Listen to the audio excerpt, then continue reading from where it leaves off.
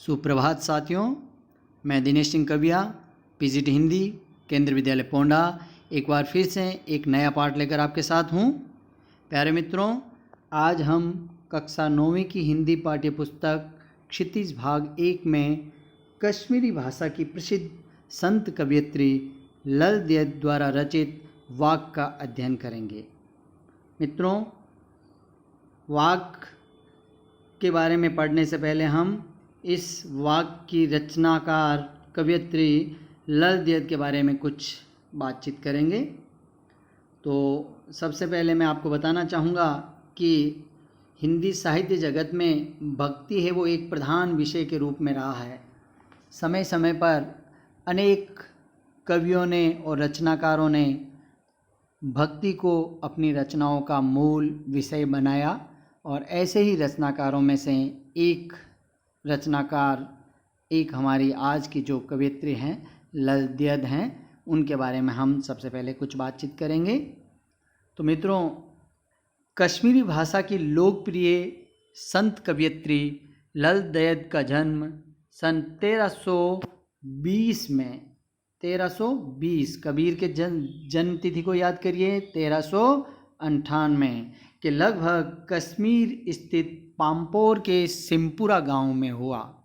ये लल देद कश्मीरी भाषा की और कश्मीर की रहने वाली कवयित्री थी और कश्मीर स्थित पाम्पोर के सिमपुरा नामक गांव में 1320 में इनका जन्म हुआ, अर्थात ये कहीं ना कहीं कबीर के समकालीन ठहरती हैं।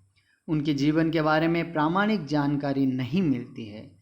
लल देद को ललेश्वरी, लला, लल योगेश्वरी, ललारिफा आदि विभिन्न नामों से जाना जाता है।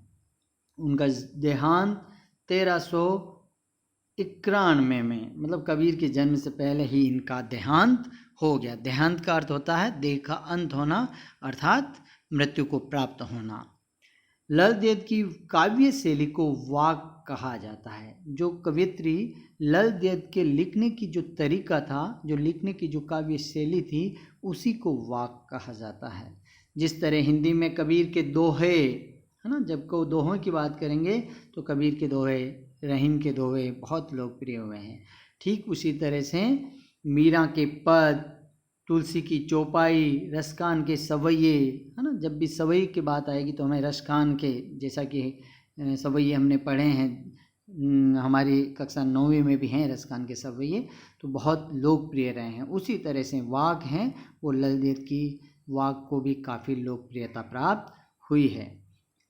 उसी तरह लल देद के वाक्य प्रसिद्ध हैं। अपने वाक्यों के जरिए उन्होंने जाति धर्म की संकीर्णताओं से ऊपर उठकर भक्ति के ऐसे रास्ते पर चलने पर जोर दिया जिसका जुड़ाव जीवन से हो। ठीक है बच्चों, अगर हम बात करें कि कवयित्री लल देद की जो विचारधारा, जो भाव बोध हैं, वो कहीं ना कहीं कबीरदास जी से मिलता जुलता है। इनकी भाषा शैली तो हालांकि कश्मीरी भाषा में इन्होंने लिखी है और हमारी जो पाठ्य पुस्तक में संकलित हैं वो हिंदी में अनुवादित हैं, लेकिन इस जो विषय हैं, जो कविता और रचनाओं का जो विषय हैं, वो कहीं ना कहीं उनके जो भाव और विचार हैं वो कहीं ना कहीं कबीरदास जी के समकक्ष ठहरते हैं। हालांकि हो सकता है हम ये कबीरदास जी से पहले के हैं तो इनसे कबीरदास जी को प्रेरणा मिली होगी, लेकिन कहीं ना कहीं हम बात करें कि लल देद और कबीरदास जी की जो भावगत जो इनमें समानता देखी जा सकती है। जहाँ एक और कबीरदास जी ने भी धर्म और जाति के नाम पर जो संकीर्णताएं हैं, समाज में व्याप्त जो विसंगतियां हैं, उनका खुलकर विरोध किया है। ठीक उसी तरह से लल देद ने भी समाज में व्याप्त जाति और धर्म के नाम पर जो संकीर्णताएं विद्यमान हैं उनका विरोध किया है। साथ ही साथ जीवन से जुड़ाव की बात इन्होंने की है। जीवन में आम दिन काम आने वाली बातों पर इन्होंने जोर दिया है। उन्होंने धार्मिक आडंबरों का विरोध किया और प्रेम को सबसे बड़ा मूल्य बताया। प्रेम को ही उन्होंने सबसे बड़ा मूल्य के रूप में स्थापित करने का प्रयास किया है। लोक जीवन के तत्वों से प्रेरित लल देद की रचनाओं में तत्कालीन पंडिताऊ भाषा, संस्कृत और दरबार के बोझ से दबी फारसी के स्थान पर जनता की सरल भाषा का प्रयोग हुआ है। उन्होंने भी कबीरदास जी की तरह, मुंशी प्रेमचंद की तरह बहुत ही सरल शब्दों का प्रयोग किया, आम बोलचाल की शब्दावली का प्रयोग किया। यही कारण है कि लल देद की रचनाएं सैकड़ों सालों से कश्मीरी जनता की स्मृति और वाणी में आज भी जीवित हैं। वह आधुनिक कश्मीरी भाषा का प्रमुख स्तंभ मानी जाती है। तो इस तरह से हमने लल देद के बारे में पढ़ा। चलिए अब हम थोड़ी सी बात करेंगे हमारे वाक के बारे में। विद्यार्थियों को भक्तिकाल की व्यापक जन चेतना और उसके अखिल भारतीय स्वरूप से परिचित कराने के उद्देश्य से यहाँ लल देद के 4 वाकों का हिंदी अनुवाद प्रस्तुत किया जा रहा है। अब हम एक एक वाक पे बात करें। पहले वाक में लल देद ने ईश्वर प्राप्ति के लिए किए जाने वाले अपने प्रयासों की व्यर्थता की चर्चा की है कि मैं ईश्वर प्राप्ति के लिए मेरे द्वारा जो भी प्रयास किए जा रहे हैं वो सब व्यर्थ हैं, उनसे ईश्वर प्राप्ति संभव नहीं है। यहाँ जो कवयित्री मेरे लिए जो बात कह रही उसका अभिप्राय है आम व्यक्ति के द्वारा। दूसरे वाक में बाह्य आडंबरों का विरोध करते हुए यह कहा गया कि अंतःकरण से समभावी होने पर ही मनुष्य की चेतना व्यापक हो सकती है। हमें अंतःकरण, हमारे मन को समभावी अर्थात सबके प्रति एक सा भाव रखने वाला बनाना होगा। दूसरे शब्दों में इस मायाजाल से कम लिप्त होना चाहिए। तीसरे वाक में कवयित्री के आत्म आलोचन की अभिव्यक्ति हुई है कि हमें अपने मन का, अपने कार्यों का हमें खुद अवलोकन करना होगा, मूल्यांकन करना होगा, तभी हमें हमारी असलियत का पता चलेगा। वे अनुभव करती हैं कि भव सागर से पार जाने के लिए सद्कर्म ही सहायक होते हैं। सद्कर्मों पर उन्होंने बहुत जोर दिया है कबीरदास जी की तरह। जिस तरह कबीरदास जी ने भी कहा है कि व्यक्ति का महत्व उसके कुल से नहीं उसकी करनी से होता है, ठीक उसी तरह से लल देद ने भी सद्कर्म पर ही जोर डाल दिया है।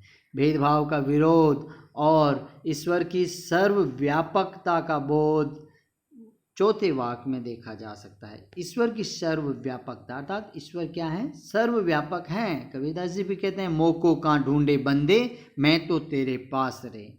ठीक उसी तरह से लल देद भी कहती है कि ईश्वर तो कण कण में विद्यमान है, वो तो थल थल में विद्यमान है, उसे ढूंढने के लिए कहीं जाने की ज़रूरत नहीं है। लल देद ने आत्मज्ञान को ही सच्चा ज्ञान बताया है। अपने आप को जानना ही सच्चा ज्ञान है, वही आत्मज्ञान है। इस तरह से प्रस्तुत वाकों का जो अनुवाद है वो मीराकांत ने किया है। चलिए हम देखते हैं पहली वाक है।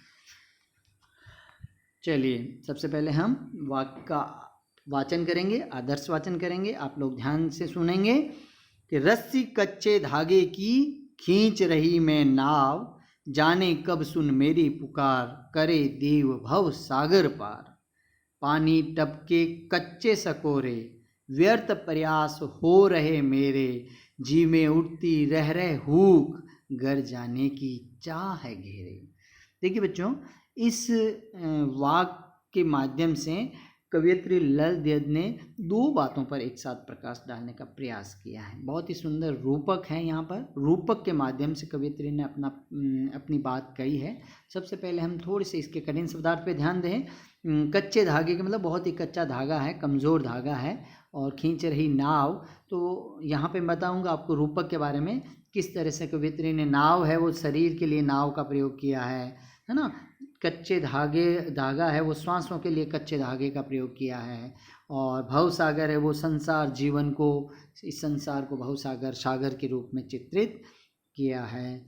और टपके कच्चे सकोरे मतलब बहुत ही कमज़ोर सकोरे से बने हुए कच्ची मिट्टी के बर्तन हम कह सकते हैं। और व्यर्थ प्रयास हो रहे हैं मेरे, जी में अर्थात मन में, रह रहे हूँ मतलब पीड़ा, चाह है घेरे मतलब घर जाने की चाह है, घेरे मतलब इच्छा। तो देखिए बच्चों, इस वाक्य के माध्यम से कवयित्री ने सबसे पहली बात तो ये बताने का प्रयास किया है कि मनुष्य के द्वारा जो ईश्वर प्राप्ति के लिए जो प्रयास किए जाते हैं वो सब व्यर्थ हैं, कौन से प्रयास हम करते हैं? हम ईश्वर प्राप्ति के लिए मंदिर मस्जिद जाते हैं, तीर्थ स्थानों पर जाते हैं, पूजा पाठ करते हैं, हवन यज्ञ करते हैं और कई तरह के कर्मकांड, धार्मिक कर्मकांड करते हैं। कवित्री ने बताया ये सब प्रयास हैं वो ईश्वर प्राप्ति के लिए मतलब कारगर नहीं हैं, इनसे ईश्वर प्राप्ति संभव नहीं है।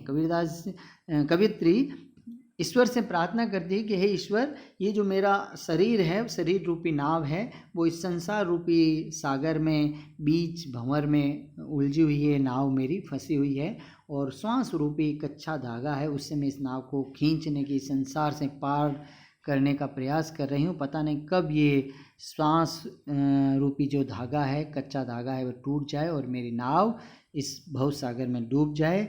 आपसे प्रार्थना है कि मुझे आप इस संसार रूपी सागर से मेरी शरीर रूपी नाव को पार लगाएं। साथ ही साथ वो कहती हैं कि जिस तरह से कच्ची मिट्टी से बने हुए जो खिलौने हैं या कोई बर्तन हैं, उन पे पानी गिरते ही, पानी की बूंद के गिरते ही उनका अस्तित्व नष्ट हो जाता है, ठीक उसी तरह से मेरे द्वारा जो ईश्वर प्राप्ति के लिए जो प्रयास किए जा रहे हैं वो इस कच्चे सकोरे के समान व्यर्थ हैं, या हम कह सकते हैं वो कारगर नहीं है, उनसे ईश्वर प्राप्ति संभव नहीं है। जी में उठती रह रहे हूँ, मेरे जी में तो हर समय एक ही पीड़ा रहती है, क्या? घर जाने की चाह है घेरे। ये जो आत्मा है, घर यानी आत्मा है, वो परमात्मा का अंश है। तो आत्मा का असली घर क्या है? परमात्मा। इसलिए कि घर जाने की चाह, अर्थात आत्मा का परमात्मा से मिलन की बात कवित्री ने यहाँ कही है कि आत्मा हमेशा परमात्मा से मिलन के लिए व्याकुल रहती है। तो इस तरह से इस वाक में पहली बात तो रूपक के माध्यम से कवित्री ने बताया, शरीर की तुलना उसने नाव से की है, श्वासों की तुलना उसने धागे से की है, वो भी कच्चा धागा, और इस संसार की तुलना उसने सागर से की है कि जिस तरह से एक कच्चे धागे से खींची जाने वाली नाव पता नहीं कब समुद्र में डूब जाएगी, ठीक उसी तरह से मेरी ये जो शरीर रूपी नाव है, इस संसार रूपी सागर में ये जैसे ही श्वास रूपी धागा है टूटेगा तो वो डूब जाएगी। हे ईश्वर, आप इसे पार लगाने वाले हैं, आप इसे इस संसार रूपी भवसागर से पार लगाइए। दूसरी बात, इस वाक में कवित्री ने जो ईश्वर प्राप्ति के लिए हमारे द्वारा जो दिखावा और बाह्य आडंबर किए जा रहे हैं उनकी व्यर्थता पर प्रकाश डाला है। तीसरी बात, कवित्री ने यहाँ पर आत्मा को परमात्मा का अंश बताते हुए है इस बात पे जोर दिया है कि आत्मा हमेशा परमात्मा के मिलन के लिए व्याकुल रहती है। तो चलिए बच्चों, हम आगे बढ़ते हैं। दूसरी जो वाक हम देखिए सबसे पहले हम इसका वाचन करेंगे। खा खाकर कुछ पाएगा नहीं, न खाकर बनेगा अहंकारी, सम खा तभी होगा समभावी, खुलेगी सांकल बंद द्वार की। बहुत ही सुंदर मार्मिक भावाभिव्यक्ति कवित्री ने की है यहाँ पर। तो क्या कह रहा है, सबसे पहले हम थोड़े से कठिन शब्दार्थ पे ध्यान दें। खा खाकर मतलब सिर्फ खाने से कुछ नहीं होने वाला है, कुछ पाएगा नहीं। ना खाकर मतलब बिल्कुल नहीं खाना, बिल्कुल जल और अन्न को त्याग देना। अहंकारी मतलब अहंकार ग्रस्त हो जाएगा। समखा मतलब संयम धारण कर, मध्यम मार्ग अपना, तभी होगा समभावी मतलब जो सबके प्रति समान भाव रखता हो। और खुलेगी मतलब खुलना, सांकल मतलब श्रृंखला, जंजीर, बंद द्वार के मतलब जो द्वार हैं वो बंद द्वार की सांकल खुल पाएगी। अब देखिए इस वाक में मैं आपको बताना चाहूँगा, कवित्री ने हमें मध्यम मार्ग, समन्वय का मार्ग, बीच का मार्ग अपनाने का संदेश दिया है। कवित्री कहते खा खाकर कुछ पाएगा नहीं और ना खाकर बनेगा अहंकारी। मतलब हम बहुत ज़्यादा, हमें सुख सुविधाओं पर ध्यान नहीं देना है, सिर्फ हम अपने सुख सुविधाओं पर, खाने पर ही ध्यान देंगे तो उससे भी हमें ईश्वर की प्राप्ति नहीं होगी। और न खाने से अर्थात अगर हम व्रत उपवास के नाम पर ज़्यादा हम नहीं खाएंगे, कुछ भी नहीं खाएंगे, तो इससे भी व्यक्ति के अंदर अहंकार आ जाता है। तो इसलिए हमें ना तो बहुत ज़्यादा खाना है और ना ही बिल्कुल खाने को त्याग देना, अर्थात मध्यम मार्ग अपनाना है।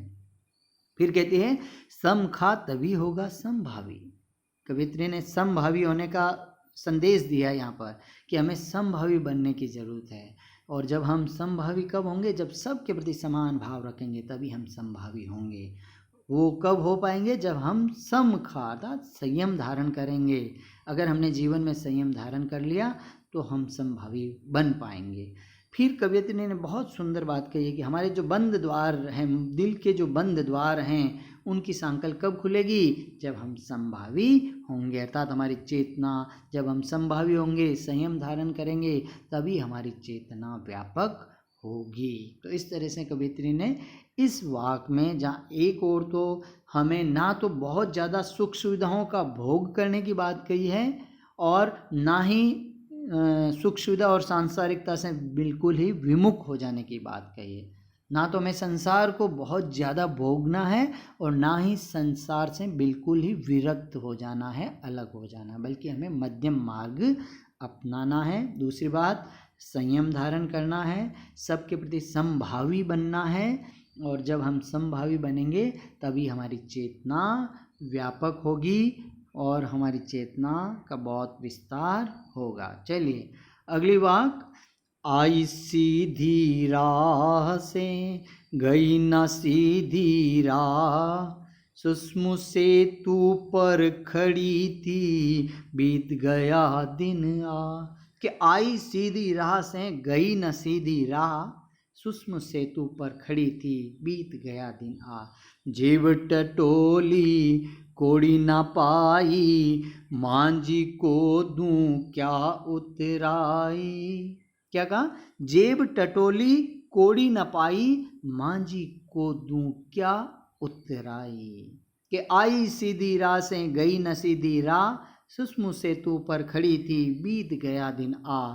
जेब टटोली कोड़ी न पाई, मांझी को दूं क्या उतराई। बहुत सुंदर बात कवियत्री ने यहाँ कही है। सबसे पहले हम शब्दार्थ पे ध्यान दें कि आई सीधी राह मतलब सीधे रास्ते से। सुषमु सेतु का अभिप्राय यहाँ है जो योग साधना के लिए कवियत्री ने किया है, रूपक की तरह है। और बीत गया दिन आ मतलब समय बीत गया, जीवन रूपी दिन बीत गया। यहाँ पे बीत गया दिन आ, ये दिन क्या है? जीवन का प्रतीक है, अर्थात पूरा जीवन रूपी दिन बीत चुका है।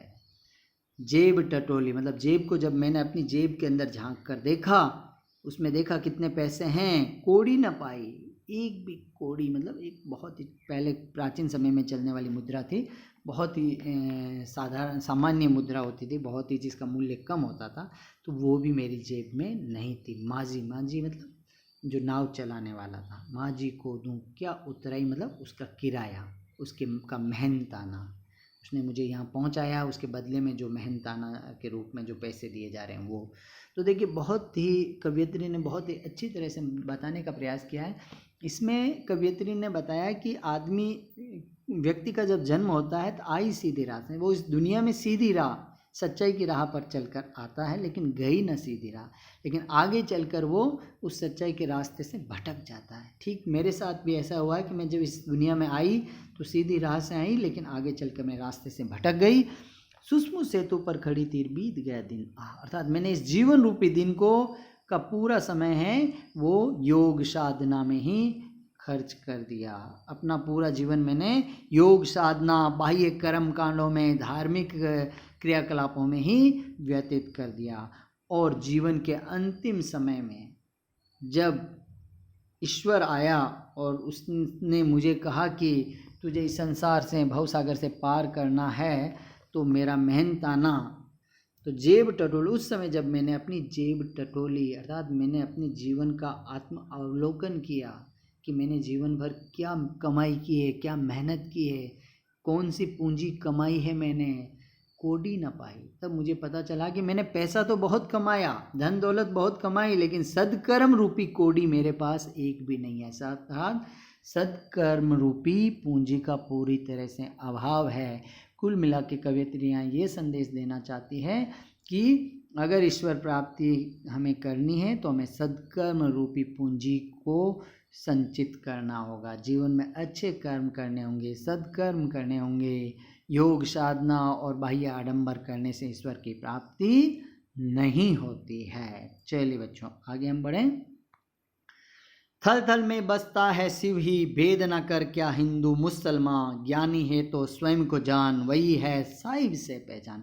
बहुत ही सुंदर, ये भी बहुत सुंदर वाक है, जिसके अंदर जहाँ एक और कबीरदास जी ने लल देद ने, पहले हम इसके कठिन शब्दार्थ की बात करें। थल थल मतलब स्थान स्थान पर, बसता शिव का जो अभिप्राय है यहाँ पर, शिव का मतलब है ईश्वर से है। यहाँ पर शिव भोलेनाथ, शिव शंकर से नहीं है, ईश्वर से अभिप्राय है। भेद न कर, है ना, मत उसमें भेद मत कर हिंदू और मुसलमान में। ज्ञानी है तो स्वयं को जान। कौन है ज्ञानी? जिसने स्वयं को जाना है वही ज्ञानी है, वही है साहिब से पहचान। और यही साहिब का मतलब, जिसने अपने आप को स्वयं को जानना ही ईश्वर को जानना है। चलिए क्या कहता है, थल थल में बसता है शिव। कवित्री कबीरदास जी की तरह ही बात कर रही है। कबीरदास जी भी कहते हैं, मोह को कहाँ ढूंढे बंदे, मैं तो तेरे पास में। वैसे कहते हैं थल थल में बसता है शिव। ईश्वर है वो थल थल में, कण कण में, जगह जगह विद्यमान है। उसके लिए कहीं मंदिर, मस्जिद, गिरजाघर या किसी तीर्थ स्थान पर जाने की जरूरत ना है। पहली बात, ईश्वर की सर्वव्यापकता का वर्णन। भेद न कर क्या हिंदू मुसलमान, दूसरे में हिंदू और मुसलमान में भेदभाव न करने का संदेश देते हुए हिंदू मुस्लिम एकता पर बल दिया कि भेद न कर क्या हिंदू क्या मुसलमान, हिंदू और मुसलमान सब इंसान हैं, ये तो मानव ने बनाए हुए ये हमारे मतभेद हैं। ज्ञानी है तो स्वयं को जान। फिर कवियत्री कहती है कि स्वयं को जानना ही सच्चा ज्ञानी है, जो जिसने अपने आप को जान लिया, अर्थात आत्मज्ञान ही ईश्वर ज्ञान है। ज्ञानी है तो स्वयं को जान, वही है साहिब से पहचान, अर्थात ईश्वर से वही पहचान है। खुद को जानना ही ईश्वर को जानने के बराबर हैं। तो इस तरह से हमने ये कवित्री लल देद द्वारा रचित वाक्यों का अध्ययन किया। मैं इससे उम्मीद करता हूँ कि आपको अच्छी तरह से समझ आ गए होंगे। शुक्रिया, आपका दिन शुभ हो। जय हिंद, जय हिंद।